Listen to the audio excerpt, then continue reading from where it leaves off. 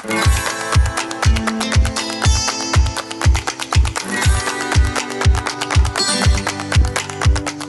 everybody. Welcome back to the Film Buds podcast. This is our 48th bonus show, and my name is Henry. Just me this time around.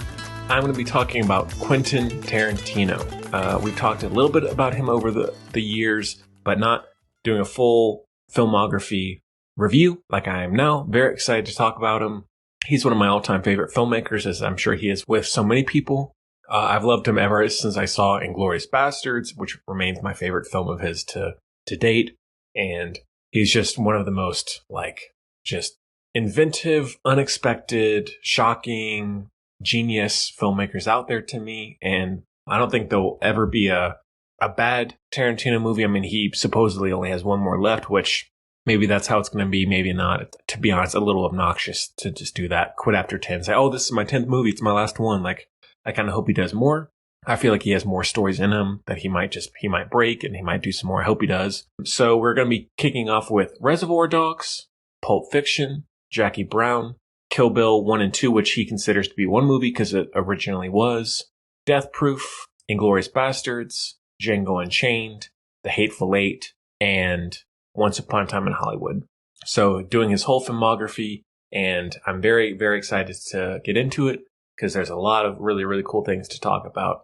With Tarantino, his first movie that I saw of his, like I said, was Inglourious Basterds, and then I think I saw the Kill Bill films, and then went on to see Django, Hateful Eight, etc., and then backtracked a little bit and saw his earlier films.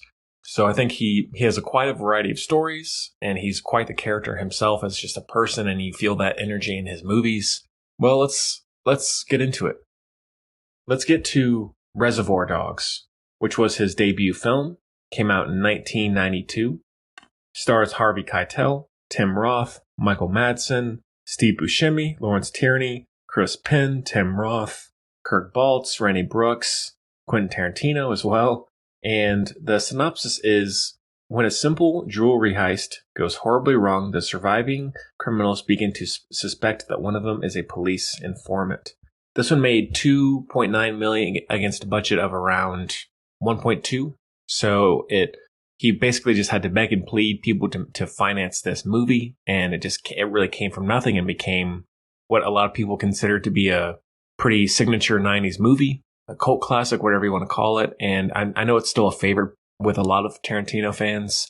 I think this was probably the last one that I saw. No, I think Jackie Brown was the last one that I saw. But this was one of the last ones that I got around to finally seeing after I'd seen the majority of his. And overall, I've seen it 2 or 3 times now. And overall, I still enjoy it a fair bit. Like, for a debut movie, pretty great. Like, just the energy, the dialogue is amazing. The chemistry between the actors, they're all like Mr. Pink, Mr. Blue, Mr. Green, et cetera, et cetera. Like, just little clever ideas like that. The music. Tarantino is very, very well known for his soundtrack. Like the scene in the car with the bloody ear, which is pretty iconic, and the car filled with blood, that kind of thing is pretty. The movie is ultra violent, as some people call it, which I would agree with. A lot of shocking deaths, brutality, lots of blood, which fits into that exploitation style that Tarantino loves so much, and it's what has made him very iconic in some ways too. Steve Buscemi is one of my favorite parts. Harvey Keitel, Michael Madsen went on to do a lot of movies with Tarantino. Tim Roth is another pretty great character actor. So really everybody in the movie is very solid. For what the budget is and what the story is, it's pretty unique. And, it's told from these different perspectives, almost like cross-cutting, like how each person got there, what happened, what they're doing, like what they know, what they don't know. And then the twist comes like more halfway through the movie rather than the end. And that adds suspense of who knows, who doesn't, are they going to find out? And so it's just that very great non-linear storytelling that Quentin Tarantino does really, really well, and has gone on to do a lot of times over his different films. I think overall still, there's just something about, maybe it is getting to the movie too late, I don't know, to where he surpassed these films. It was the same way I felt with Nolan and Following, and even the same way with David Fincher and The Game. I think his style is presented here, and it's solid for a debut movie, but I think that compared to his other films, it's just not as entertaining to me or as memorable. I like the dialogue, I like the characters, and I like the not cat and mouse, but the warehouse setting where everyone is suspecting each other and who's smartest, who's gonna get out alive, that kind of stuff is entertaining and fun, and it's got good humor and just crazy moments of violence and shock, but still not one I really feel the need to revisit very often. It's would be very, very low on the list of ones I want to rewatch with Tarantino. Like there's just the least going on. There's the least found out about the characters. There's the least found out about the world. Like it's okay being small scale, but I feel like there's just not enough to really latch onto with anyone, or to think about. But hey, I'm glad this movie is out so he could run later on and make bigger movies. But for what it is, still solid. If you've seen Tarantino and you haven't seen this, check it out. Or if you like grimy 90s, violent crime thrillers, check it out for sure. I think it'll always be considered to be an iconic film of that era, and just not amazing to me. Not some people consider it like this is my favorite Tarantino movie. I don't feel that way. Maybe if I saw it when it came out, that's different. But I got to it pretty late. Still a really cool movie. One thing I can say about Tarantino, he is one of the coolest filmmakers. That sounds so cheesy to say, but like he is such a cool filmmaker. His movies are just cool, which is weird considering how weird he is in real life. Like he's just an odd guy. But like his movies, like Pulp Fiction, one of like just the coolest movies of all time, which is I think why it's considered to be a favorite of so many. But like even in his darkest movies, there's just something cool and edgy and fun and different and maybe a little rebellious about his movies that I love very, very much. And yeah, so this one, 4 out of 5 for Reservoir Dogs. All right, let's get to Pulp Fiction, the one that really changed it all. This one came out in 94, stars John Travolta, Uma Thurman, Samuel L. Jackson, Bruce Willis, Tim Roth, Amanda Plummer, Roseanne Arquette, and Ving Rhames, and some others. And the synopsis is the lives of 2 mob hitmen, a boxer, a gangster and his wife, and a pair of diner bandits intertwine in 4 tales of violence and redemption. This one made $213 million against a budget of $8 million, which is like, that's crazy. Like, this was his second movie, and this movie just exploded commercially and has gone on to be, I think it's considered to be one of the best films of all time, one of the most influential films of all time, and considering he was pretty young when he made this, and this was his second movie, and who all the people he got to be in this movie is just crazy to think about, and how this movie actually came out the way it did. I've seen this movie 4 or 5 times at least. I just rewatched it recently, and it's still just... It's maybe seems shallow or trivial to say, but it is like the coolest movie. It's just, there's something about the style, the swagger of the characters, the writing, the humor, the setting, where it's shot, how people dress, how it's put together. It's just such a cool, like swagger filled movie that and that never diminishes. I feel like it's cooler every time I watch it. And John Travolta, this is not, new information, but like one of his most iconic performances, as well as Uma Thurman, Samuel L. Jackson as well. Like that opening sequence where they're driving in the car, they're talking about the Royale with cheese, and the guy being thrown off the roof when they get to the apartment. Like that stuff is hilarious. Like it's one of his funniest movies, like for sure, if not his funniest.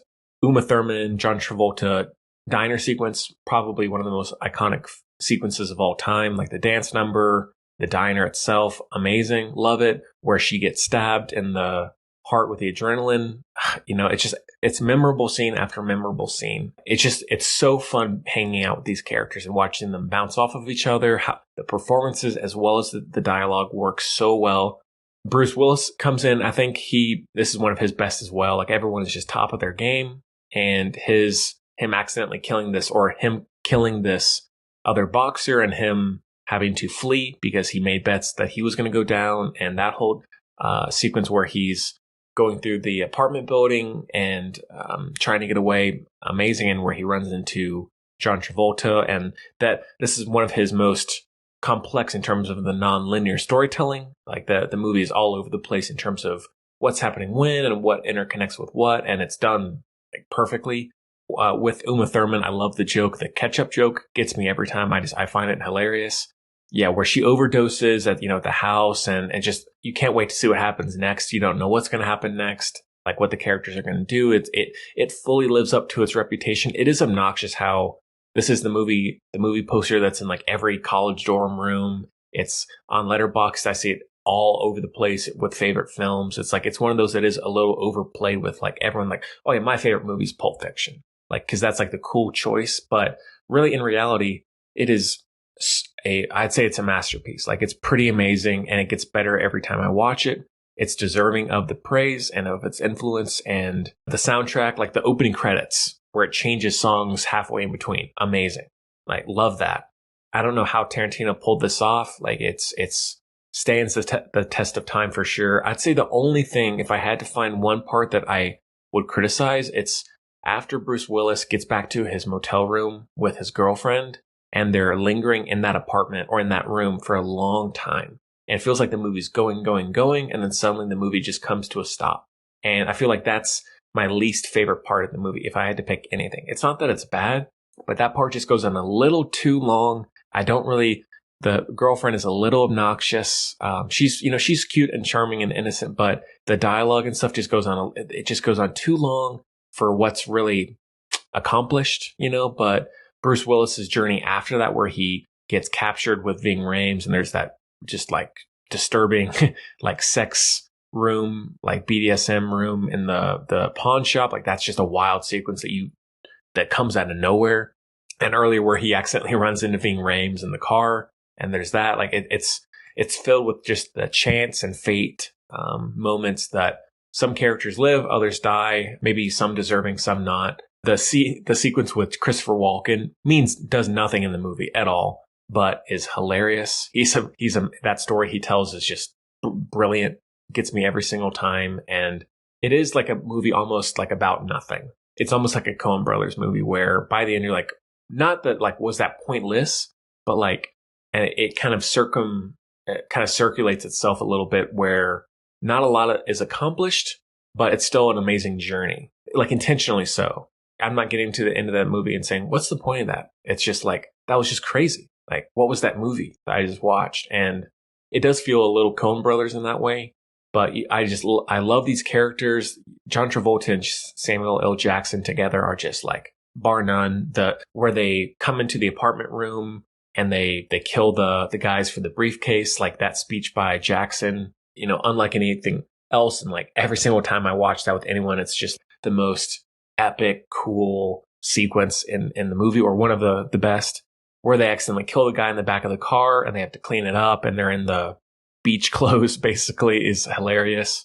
Then the sequence towards the end with the diner robbery, where that comes, goes back to the beginning where they rob Tim Roth and Rosanna Arquette, where the criminal couple or at least try to rob the diner, and then that comes back to the end, and then it plays out where Samuel L. Jackson and John Travolta are there. Just the suspense is there, the humor is there, the performances are there, the just wackiness and strange, shocking violence is there, the cool soundtrack. It's just a movie that, I don't, if it's not your favorite, it's not your favorite. I get that. I think it's hard to, when you watch it, it's hard to be like, that movie's just, it's not so good. Like, it's not saying it has to be perfect for you, but like, it's one of those that's hard to deny. There's something very unique and fresh about it that still feels very fresh now, even like 30 years later. So one of my favorites of Tarantino's, absolutely, as it is with, I'd say, most people, and worth a watch for everyone, even if it's not your kind of movie, absolutely worth a watch. Heavy 5 out of 5 for Pulp Fiction. All right, let's get to Jackie Brown. This one came out in 97. Stars Pam Grier, Samuel L. Jackson, Robert Forster, Michael Keaton, Robert De Niro, Bridget Fonda, Michael Bowen, Chris Tucker, Lisa Gay Hamilton, and many others. And the synopsis is, a flight attendant with a criminal past gets nabbed by the ATF for smuggling. Under pressure to become an informant against the drug dealer she works for, she must find a way to secure her future without getting killed. This one made $74 million against a budget of $12, so still a decent hit financially. Pretty good reviews across the board. This was the last Tarantino movie that I saw. For the longest time, I'd never even heard of this movie. I'd seen I think 6 or 7 of his movies at least. And I was like, wait, he has another movie? Like there's another movie after Pulp Fiction that he did before, like Kill Bill and Death Proof. I did not, like, I don't know how I missed that, or if it's just not, I never hear this movie talked about ever. When it's talked about Tarantino, not 90s movies like this, I never hear Jackie Brown brought up really ever. And I don't think it's a masterpiece, but I don't understand why this has just like been shuffled under the rug. But I've seen it twice now, I think, and it's one of my least favorites. I still think, I mean, his worst movie for me is still a 4 out of 5. Like, that's pretty good. Having done 9 movies at this point, and your worst is a 4 out of 5, at least for me. It is still on the bottom 3. This one definitely gets into exploitation, like 70s, 80s, crime, like almost Scorsese-esque films where a character gets in dirty and has to try and get out, and there are people, coming after her, and she has to kind of charm her way out of things sometimes, and it's filled with a lot of trust problems and suspicions and things like that. But this movie, as I said, it's solid. I think it's probably his least plotted movie. Like it's a hangout kind of movie. Like it took me a long time when I saw this for the first time to really get into it, because it starts off slow. It's not a lot of big shocking moments. There's not a lot of flash to it or flair. It's very, once again, like 70s crime exploitation movie that's not trying to be, it's not Django. It's not Kill Bill. It's just a pretty, in some ways, standard crime, like dramedy film, which is okay. That's not really a criticism. But I think Pam Grier, amazing this. I've never really seen her in other things. I think she's great. Robert De Niro, very underrated role for him. Samuel L. Jackson, really, I'd say probably does his best work with Tarantino. Bridget Fonda, I mean, really everybody in the movie is excellent. And one thing that's amazing about the movie is just the dialogue. Like you could watch these people talk for hours. Just, there's something about it. It's just fun. It's quippy. It's fast. It's strange. It's unexpected. And it's real in a lot of ways. And so the dialogue for me is probably the best part of the movie. It's really, really well written dialogue. I do find the movie to just be too long still. It's like 2.5 hours. And I think for what it is, it could have been shortened. And even though I love being with those characters, there are points where I'm kind of checking my watch. I'm like, all right, I don't have enough invested in this story to be like, please just keep going. It's not, to me, it's not Inglourious Bastards. It's not Once Upon a Time in Hollywood. I'm kind of ready for it to wrap up. But I do like how the movie is like, it's a very textural kind of movie. It's not plot heavy. It's not, it's just characters living in that world and really soaking up that environment and having to just try and survive. And really it comes down to like, who's smarter than the other, who's going to get out alive, who can do what to misdirect other people, who can say the right thing at the right time. And, Jackie Brown does a pretty good job of that for the most part. But so overall, it's one that, similar to Reservoir Dogs, it's on the bottom of my list to rewatch. Like, it's one that if it's on, hey, I'll watch it. And if someone says, hey, I haven't seen Jackie Brown, hey, let's watch it. It's definitely, if you haven't seen it, check it out. It's a good Tarantino movie, but don't expect Kill Bill. Don't expect Inglourious Bastards, Django, nothing like that. It's very, to me at least, it's very different. It's very standard, quote unquote, in terms of the storytelling. And so that might turn some people off. It took me a while to get into it, as I mentioned, but still pretty unique film. A really cool little part of his filmography, and just continued to show people he can tell different kinds of stories in different ways. And he's not just a 1-2 hit wonder. He can keep going and going and going. And so he did. Still a little on the lesser side for me for Tarantino. One that I'll revisit every so often, but just not one that's like, I'm not like, you have to see Jackie Brown. It's amazing. Like I'm not that kind of person with this movie, how I am with others. So a light 4 out of 5 for Jackie Brown. All right, let's get to Kill Bill. And this is Kill Bill Volume 1. I mean, he did originally want to release it as one called Kill Bill, The Whole Bloody Affair, or that was I guess when they combine the two together. I really wish they would do like a digital release of that in one way or the other, because I'm dying to see it done in that way. Came out in 2003, brought back Uma Thurman, David Carradine, Daryl Hannah, Michael Madsen, Lucy Liu, Vivica A. Fox, Julie Dreyfus, and a few others as well. And the synopsis is, after awakening from a 4-year coma, a former assassin wreaks vengeance on the team of assassins who betrayed her. This one made $180 million against a budget of $30, so pretty big hit. for Tarantino financially. Pretty strong reviews across the board, I would say.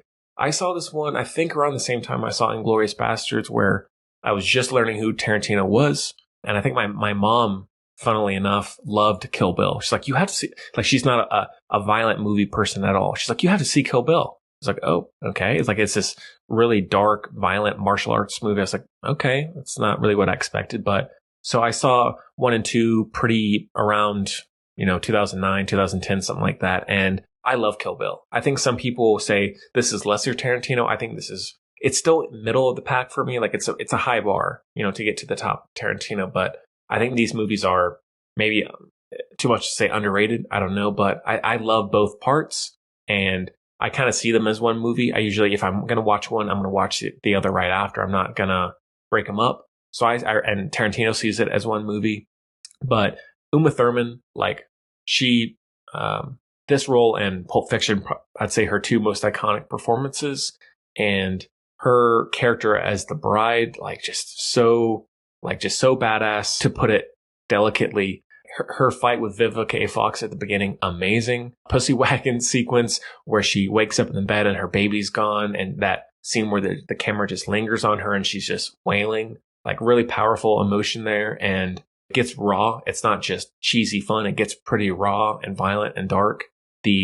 Probably the most iconic part of the movie is where they're in what is it? It's not a school necessarily, but that a dojo basically goes on a complete killing mayhem. And there's the use of the color and the black and white. That stuff is amazing. The violence is just brutal and crazy and awesome. How it's done is just so over the top, with limbs flying and blood, flailing everywhere.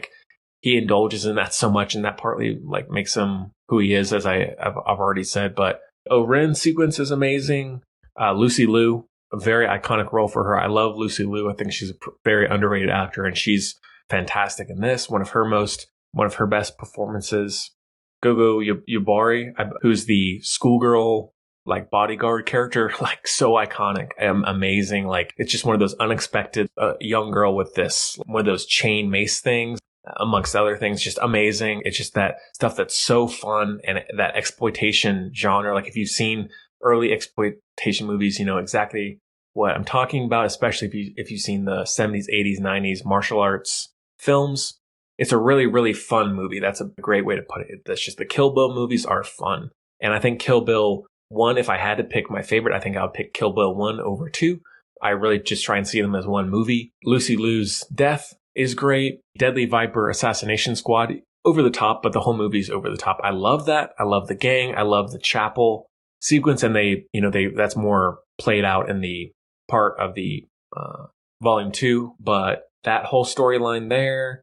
Michael Madsen is a really good. Daryl Hannah, where she's, singing that iconic tune in the hospital as she's trying to go kill the bride, is great.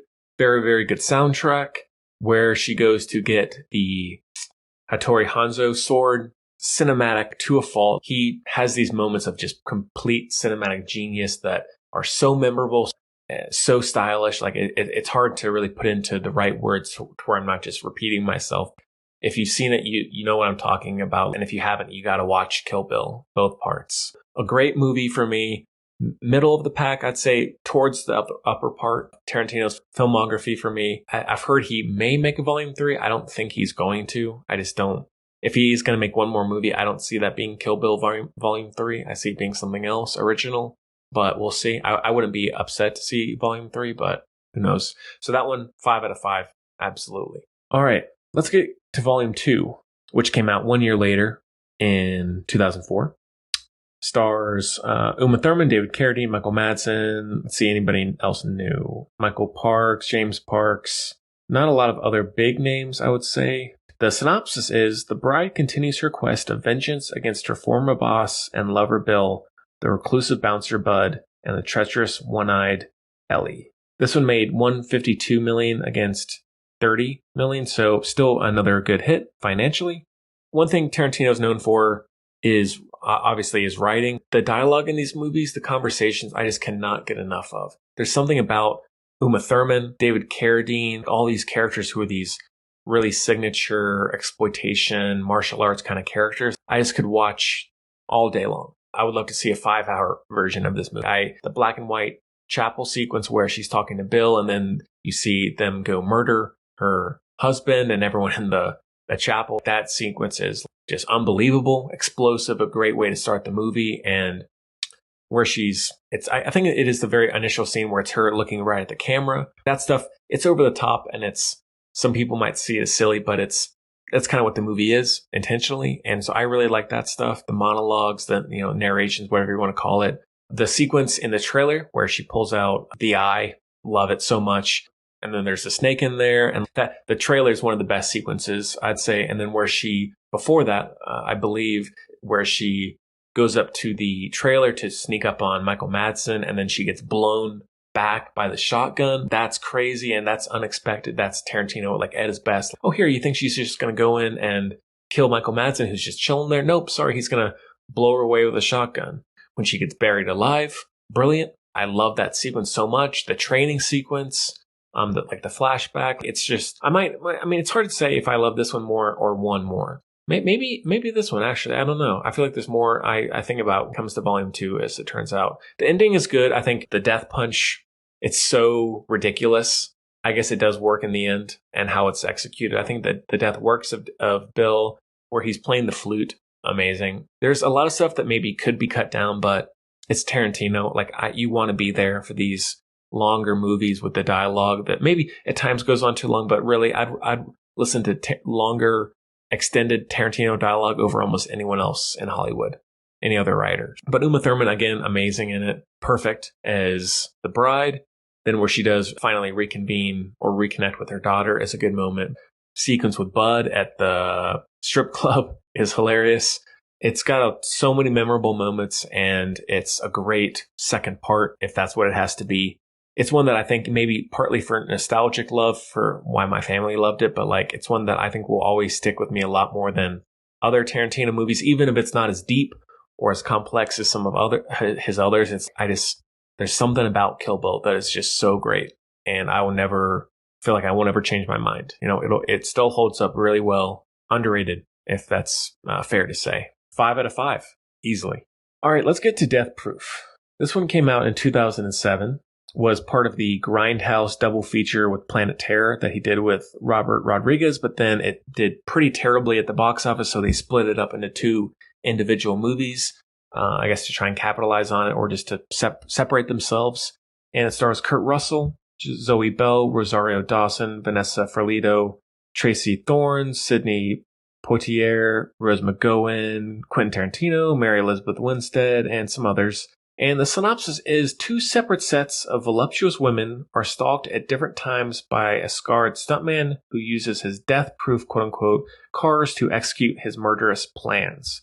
This one made $31 million against the budget of $30, so not, I'd say, his least successful movie financially. He even looks back at this movie and is like, at least from my understanding, he tends to see this as a very lesser work. One that he doesn't really talk about all that often. The movie is, more than any other movie, gets into the exploitation vibe. Planet Terror is the same way with the grain scratches and cigarette burns and things like that. The movie I saw, I probably didn't see it till a few years ago. I like Planet Terror. I don't think these movies are amazing. I still think they're pretty fun and cool and crazy. It's hard to pick if this or Reservoir Dogs is my least favorite. But they're still both 4 out of 4s. Spoiler. Death Proof is a 4 out of 5 for me. Kurt Russell, amazing. I think all the women in it are great. There's the car crash sequence in the middle where you're with these women and then it shows you each of their individual deaths. Like the car hits the other car and then shows you one girl's death and the car hits it again, like in rewind. You see the other girl's death, etc., and so on and so forth. And that's brilliantly done. The leg flying off. One person getting rolled over by a tire, that stuff is just insane. Where the other girl is trapped in Kurt Russell's car and he hits the brakes and she slams forward. That stuff is just brutal. Really fits into that exploitation, violent insanity of those movies. The final sequence with the chase where they do get revenge on him and there's the ship's mast sequence where she's on top of the car. That stunt is insane. I can't believe they actually did that. It's not no effects there. It's a girl actually on the hood of this car. and on top of the car. And then there's the chase where she's being swung around. Like that stuff is just, I cannot believe nobody died from that. That it's a pretty thrilling sequence, especially considering it was as much as it could be done for real. Then where they do beat him up at the end and it just cuts to the end. That stuff is hilarious and fun and really enjoyable. For what it is, still forgettable in a lot of ways, not as funny, not as entertaining to me. Good performances, it looks good, just not enough substance there. Maybe a little too much into callbacks to exploitation movies to where it feels like his least original. I get it's meant to be an homage, but at the same time, that doesn't mean it's going to be that good. Which, I mean, it's still a good movie. Don't get me wrong. I still think it's a good movie, but definitely towards the bottom of his movies. I wouldn't be upset if he makes another movie like this, but it's a weird little corner of his filmography that you should watch. Like, it's got some crazy moments, like I was just saying, a lot to enjoy there, just not to the heights of his best work, which I don't think is a real hot take. I think that's the majority of what most people think, even if they do like the movie. That's a 4 out of 5 as well. Light 4 out of 5. All right, let's get to Inglourious Basterds. This came out in 2009, stars Brad Pitt, Diane Kruger, Eli Roth, Melanie Laurent, Christoph Waltz, Michael Fassbender, Daniel Bruhl, BJ Novak, and some other Mike Myers. And the synopsis is, in Nazi-occupied France during World War II, plan to assassinate Nazi leaders by a group of Jewish U.S. soldiers coincides with the theater owner's eventual plans for the same. This one made $321 million against a budget of 70, so pretty good hit. I think like Pulp Fiction, this is a favorite I see across the board. Like on Letterboxd, it's Inglourious Basterds is everywhere. You can't help but really get into killing Nazis. When this movie came out, this was the first one that I saw, and I was just getting into World War II history. I didn't know who Tarantino was. I was like, what is this movie? How is this a big budget Hollywood greenlit movie that has Brad Pitt, all these big stars? This was just an insane movie to me, and I still think it's amazing. It's so entertaining. It's so funny. Brad Pitt, it's one of his best performances. His speech when you first meet him is like one of the most well-written, hilarious speeches I've ever come across in cinema. Then, of course, them going on their escapades to kill Nazis and scalping them is just like, where did he get this idea from? And how is this okayed? But it's so entertaining and so cool, so violent, so unpredictable. And I think the dialogue probably even more so than Pulp Fiction. I think this might be my favorite dialogue of his consistently. The speech where he has the German captor, one of my favorite scenes of all time.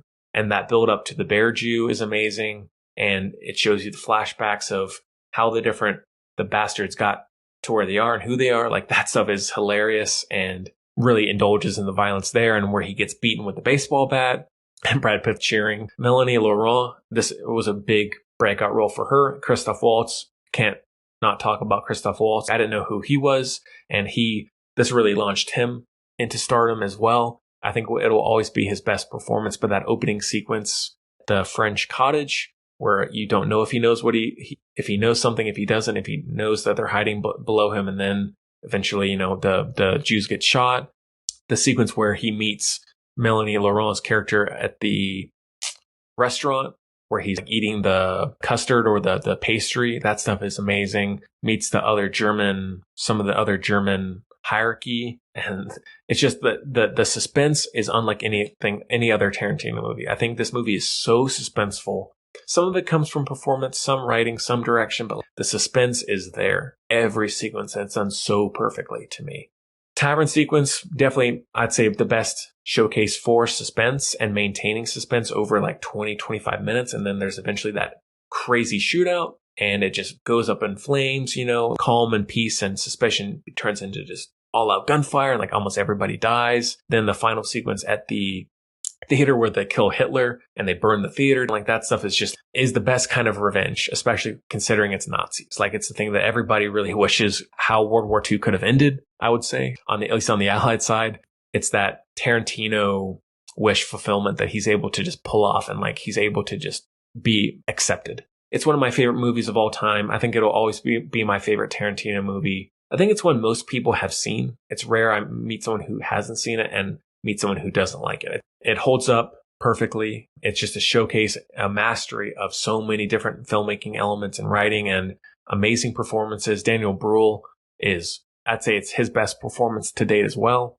Fantastic movie. Nothing else like it out there in the world, really, which is how a lot of Tarantino movies are. But I think this one in particular, there's nothing else like Inglourious Basterds, in my opinion. So that one is a 5 out of 5.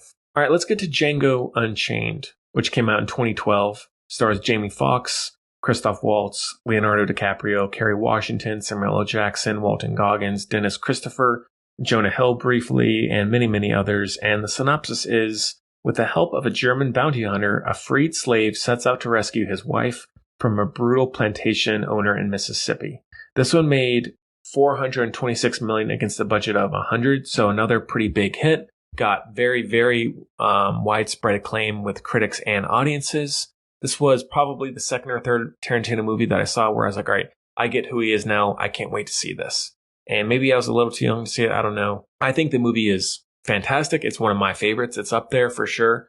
One of Jamie Foxx's best performances, maybe his most iconic, or at least one of. Christoph Waltz, a complete 180 with what you expected when you saw him in Inglourious Basterds. Plays obviously still questionable character in a lot of ways, but very, very different kind of character in this. DiCaprio, it took a lot of convincing to get him to play this character. It's an amazing performance.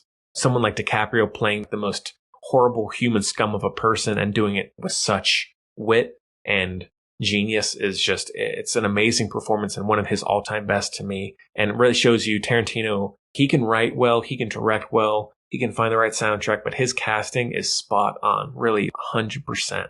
Every person in his movie just seems to be perfect for that role, gives the best performance. Like he is a master of casting, in my opinion, and whoever his casting director is, but I think DiCaprio is amazing. Kerry Washington, very, very good.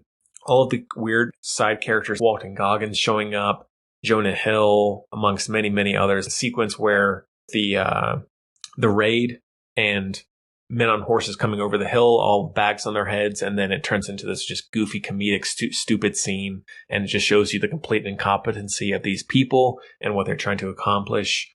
Jamie Foxx, the sequences where he tracks down these different slave owners, abusers, is just so satisfying. Every single time they get complete comeuppance, and even more so, but you are completely with him, obviously, and he's just getting, similar to Inglourious Basterds, it's that revenge wish fulfillment that so many people wish they could have had, throughout history. I'm sure some people want now. Tarantino lets you live that fantasy, I guess you could say. Very, very good soundtrack. Like there's like rap in the soundtrack. It's that Tarantino is just able to pull it off somehow, putting in modern music into a movie about slavery. But at the same time, he doesn't discredit the reality of slavery. The Mandingo fighting scene is so brutal. It's one of the most brutal things. The impacts of people, the hammer killing, the dogs chasing the slave. Like it's stuff, or Kerry Washington being kept in the hot box. Like that stuff is unhinged. It's not stuff that's saying, oh, this is just a fun revenge slavery movie. Here's the reason why. Even to put it in a delicate way, it was way worse than what's even shown in the movie. And so he doesn't shy away from, have fun here. Here's this cool revenge story, but don't forget, this is what actually happened to people. This kind of thing. And this cruelty and this torture and this torment. And so that's what makes the movie is what it is, because it's historical in terms of the importance. It's emotional because of the reason why Jamie Foxx wants to do what he does. You hate characters like DiCaprio so much. It's not an easy watch for sure. It's one of his more brutal movies considering it's about slavery, but it's also so entertaining at the same time. The shootout at the end, blood, gore, fiesta. Girl gets shot, blows back into the other room. There's just blood all over the walls. He goes for it in this more than probably any other movie. It works. It really works. And it's very satisfying. And I think it's another very, very deserving movie for Tarantino. It's just one that you would not think works, but he manages to make the movie very, very compelling and original and refreshing and different. And while also calling back to movies that he loves from 60s, 50s, 70s, 80s, 90s. It's not one I want to just throw on a lazy Sunday, but anytime it's on, I'll watch it. I love Django. Hard not to love it to me. So another 5 out of 5 for Django. All right, let's get to The Hateful Eight. This one came out in 2015. Stars Samuel L. Jackson, Kurt Russell, Jennifer Jason Leigh, Walton Goggins, Damian Bashir, Tim Roth, Michael Madsen, Bruce Dern, Zoe Bell, Channing Tatum, a few others. And the synopsis is, in the dead of a Wyoming winter, a bounty hunter and his prisoner find shelter in a cabin currently inhabited by a collection of nefarious characters. This one made $156 million against a budget of around 60, so not as big a hit as some of his others. Overall, pretty well received. I think this is one of the ones that was a little bit more polarizing. When I first saw it, I love Westerns. I love gritty. I love dark, epic, snowy, desert, wilderness Westerns. Like this is my kind of movie. And it's also really is almost like a theater play because it takes place almost entirely in this cabin. When I first saw the movie, I thought it was pretty good. It's almost like a horror film, really. It's so unsettling. It's not as much a fun movie, really, because all the characters that you're with are just pretty despicable, pretty violent. They're not really redeemable characters for the most part in most ways, and you're just stuck with them in this room. And so I know why some people are like, I didn't really like The Hateful Eight as much, or wasn't as funny, this or that. And like, I get that.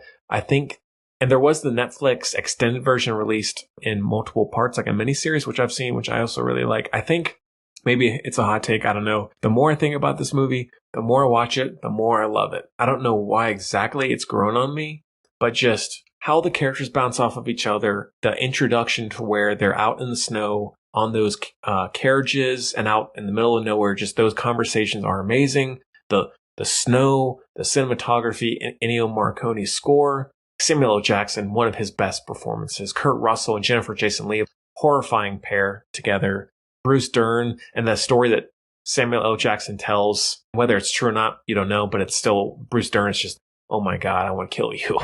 The poisoning scene with Kurt Russell, Walton Goggins. I love Walton Goggins. I'm happy to see him in any movie, in any role. Like, I'll watch him all day.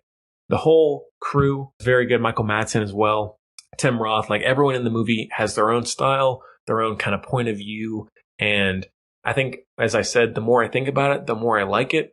It is pretty horrifying. It's not an Inglourious Basterds. It's not a Pulp Fiction. Like, it's a very different kind of tone, lack of a better word, very hateful, derogatory, and offensive with how characters talk. But that is who they are. And it is, the West. And so they're just stuck together having to try and survive. And so it at least makes sense in terms of the story. But I love the kind of cat and mouse, almost Hitchcock suspicion of different characters and how different characters die and who suspects who and why. And are these histories real? Or are these characters, who's on whose side, who knows each other? That to me is done brilliantly. And every time I watch it, I understand more and more of it. And I like it more and more. Some people may feel the opposite. I don't know, but I'm pretty close to giving this movie a 5 out of 5, and I just might. Yeah, so I think the movie may be misunderstood, maybe underrated. It's definitely not for everyone. I get if you don't like it, I get that. It's 3 hours of hateful characters and there's a lot of violence. It's not filled with a bunch of cool songs. It's just a very powerful score by Ennio Morricone. Channing Tatum's reveal at the end is amazing, and the shootout there is great. How the movie resolves and them getting outside, I think it's expertly done. You got to sit with it for a while, and I think just keep talking right now. The more I think about it, every scene, the more I love it. I'm like, dang, I actually really love this movie. I feel like it's climbing the list, honestly, as I'm speaking right now. And the miniseries is pretty cool. The extended version, I kind of just wish they would release it just as a movie. The miniseries thing kind of turns me off a little bit. So I saw the Roadshow version back in theaters, which is awesome. Love that so much. It's an amazing movie. Would probably be in my top 5, maybe, of Tarantino's. Worth checking out, even if you don't end up loving it. Give it a chance. It's not what you expect if you don't know anything about it. It's not, if you love Django or love Inglourious Basterds, it's not that. It's not Once Upon a Time in Hollywood, but it's still it's unique movie that I think will live on for a long, long time. And maybe more people will come around to it, maybe not. But I think it's a pretty amazing movie. So I'm going to give it a 5. It was a 4.5. I'm going to give it a 5 for this show. Absolutely love The Hateful Eight. All right, let's get to our last movie. Once Upon a Time in Hollywood. This one stars Brad Pitt, Leonardo DiCaprio, Margot Robbie, Emile Hirsch, Margaret Qualley, Timothy Olyphant, Julia Butters, Bruce Dern, Dakota Fanning, Luke Perry, Al Pacino, Damian Lewis, Samantha Robinson, and many others. And the synopsis is: a faded television actor and his stunt double strive to achieve fame and success in the final years of Hollywood's golden age in 1969 Los Angeles. This one made $377 million against the budget of around 95, so pretty decent hit. Very, very strong reviews across the board, I would say. I love this period. I love movies about Hollywood, behind the scenes of Hollywood, movie making. Hard to find something I love learning about more and having movies take place there. DiCaprio, Margot Robbie, and Brad Pitt, some of my favorite actors ever. I mean, DiCaprio really is, and Margot Robbie. I really love Brad Pitt too, and I think they're all at doing some of their best work here, as is the case with most Tarantino movies. He gets that powerhouse performance out of really everyone. LA is shot in this, like the car drives, where it's just hanging on them, driving through the city is great. There's a lot of that. The soundtrack is great. DiCaprio's character, who's this B-movie actor, who's just, I'm a washed up has-been, and Brad Pitt having to be his cheerleader is hilarious. The dialogue like this, Inglourious Bastards, and probably Pulp Fiction would be my three favorite dialogue films of his, or best written films of his. It's so funny, so witty, so genuine, so refreshing, and how characters talk to each other, so real, earnest. It's another movie where it feels like everyone in Hollywood is in this movie. The scene where DiCaprio gives that great performance and the girl goes up to him, and that's the best acting I've ever seen. And which to me is touching. That is the best acting she's ever seen. And he's, thank you so much. And I'm a badass. I'm cool. And that scene is both funny, but also if someone told me that, I'd be touched too. So I love scenes like that. That shows you that little bit of emotion there. Also where he's talking to that young girl on the porch and he's talking about the book, but it's also relating to his own life where he's realizing not who I once was. I'm not as famous. I'm maybe not as good. And she's trying to console him. That's probably my favorite scene in the whole movie. I love Margot Robbie as Sharon Tate. I think how they portrayed her is perfect. Not really having her talk, I think works. Because I think giving her too much dialogue or too much, it kind of makes you, to me, in terms of her actual fate, maybe it changes her fate too much to where maybe it would come across as bad taste. I don't think it's bad taste in this, in my opinion.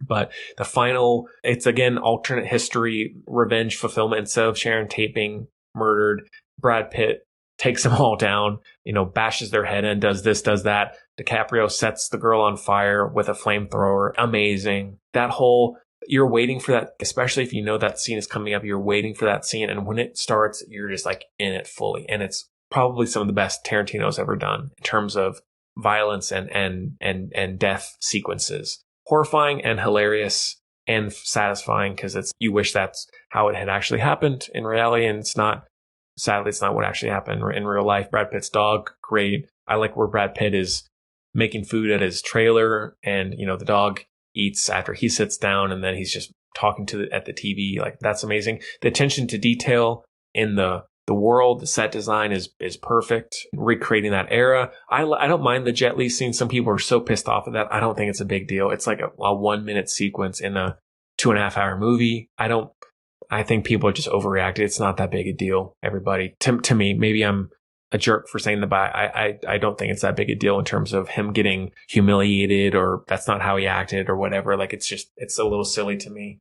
DiCaprio and Brad Pitt are perfect together. Brad Pitt's sequence at the farm or whatever you want to call it is so good. A great work in suspense where he's in that house and you don't know if people are going to come over and kill him. And then he sees Bruce Dern and Bruce Dern is just complete manic old man. And then he ends up beating up one of the guys there. And it's pretty weird, kind of hippie-esque community, Charles Manson like community there, and Margaret Qualley is very good in this. One thing with the movie, there's a whole thing about Tarantino and foot fetish. Feet are on full display in this movie. Margot Robbie's feet when she's at the theater watching her own movie, and her feet are really gross.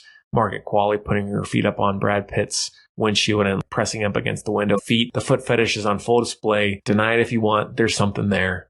Gotta accept that, I guess. But I love part where it's mostly narration where it's talked about Leonardo DiCaprio's venture into Italian movies, which Tarantino loves. 70s, 80s Italian films. That's where a lot of the inspiration comes from for these movies. That feels he's creating a world, and it makes complete believable sense. I love DiCaprio's performance in this. The character is so entertaining, so charming, so kind of doofy at times, but classic Hollywood actor, then Brad Pitt picking up all the slack and then DiCaprio taking the credit. It's great soundtrack. It's my top second favorite Tarantino movie. It'd be Inglourious Basterds, this movie, and then probably Pulp Fiction for top 3. But I think it's a very, I don't know if it's underrated. I think a lot of people like it, but I think it's maybe overlooked. I don't know. Maybe I'm crazy for saying that, but I love this movie. It's one of the most entertaining, watchable, consuming, funny movies that I think have come out in the last 4 or 5 years. I think it's one of his best, and I hope he does another movie like this in one way or the other, because it's a world that I never really want to leave. You just want to spend time in those Hollywood sets with Margot Robbie, with Brad Pitt, with DiCaprio, with these other side characters. I never can get enough. It doesn't feel that long to me. I just hope that they keep going on and on and on and on, and that final sequence again is very, very satisfying, because man, I wish that's what had happened to Charles Manson's. That's not the way it is, unfortunately. But Tarantino, hey, he can pull it off. He can make us think that that's what happened, or give us that satisfaction. That is a heavy 5 out of 5. Favorite film of mine for sure. All right, that is it for the show. Talk about all 9 Tarantino movies. We'll see what he does next, and we'll definitely be reviewing that on the show whenever it comes, hopefully sooner rather than later. But please make sure to rate, review, subscribe, all that stuff to the Film Buds. Follow us on social media at Film Buds. On Letterboxd, my wife and I both have accounts. Email us with thoughts, suggestions, things you like, don't like, want to see more of, less of, all that good stuff. We love hearing from you, good or bad thoughts, and we hope you'll stick around. We hope you'll tell your friends about Film Buds and just keep listening for the long term. We'll stick with you, so stick with us, and we hope you're getting something from the regular show on all regular podcast platforms, as well as these bonus shows that I've mostly been doing just solo. Hope you enjoyed it, even half as much as I did, and I'll see you next time.